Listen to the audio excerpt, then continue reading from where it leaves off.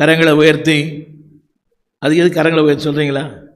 நான் சொல்ல அந்த வார்த்தை, இவன் தேவனை தேடி வரவில்லை, தேவன் இவனை தேடி வந்தார்.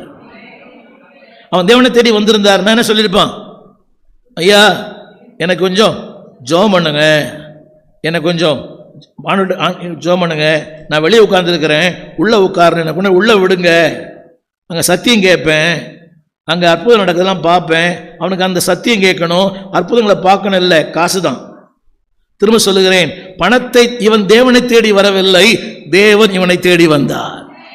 சொல்ல வந்த கருத்து என்ன தெரியுமா? இந்த மனுஷனை கவனிங்க, இந்த மனுஷனை 11ஆம் வசனம் 11ஆம் வசனம் எங்க தெரியுமா? சாலமோனுடைய மண்டபத்துக்குள்ளே இருக்கிறான். கரங்களை உயர்த்தி. எங்க இருக்கிறான்?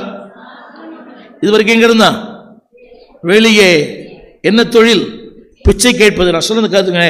இப்பொழுது ஜனங்கள் இவனிடத்தில் ஓடி வருகிறார்கள். கரங்களை தட்டி ஆமேன்னு சொல்லுவோமே.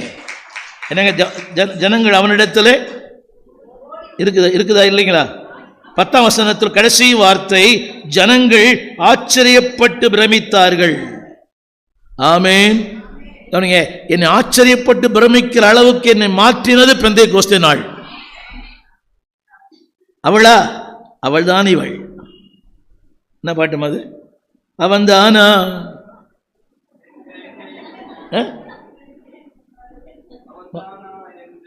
அவன் தானா? மறந்துச்சா?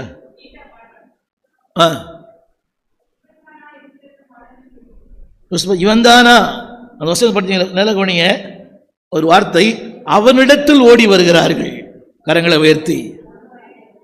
ஹலோ, யார் ஓடி வராங்க? எங்கிட்ட ஓடி வராங்கன்னா பெந்தேகோஸ்தே அனுபவம் தான் என்னிடத்தில் ஓடி வர செய்தது.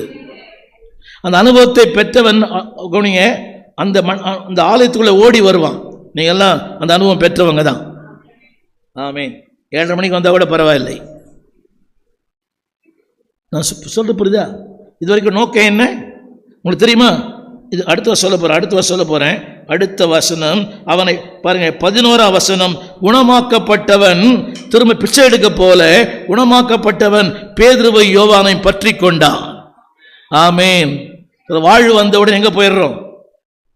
கொஞ்சம் காசு வந்த உடனே, பணம் வந்த உடனே, சுகம் வந்த உடனே, கொஞ்சம் வசதி வந்த உடனே, வாய்ப்பு உடனே, பாஸ்டரா அப்படியா, அவர் வெளியே இருக்க சொல்லுங்க, கொஞ்ச நேரம் அவரே கொஞ்சம் இருக்க சொல்லுங்க, வரேன்.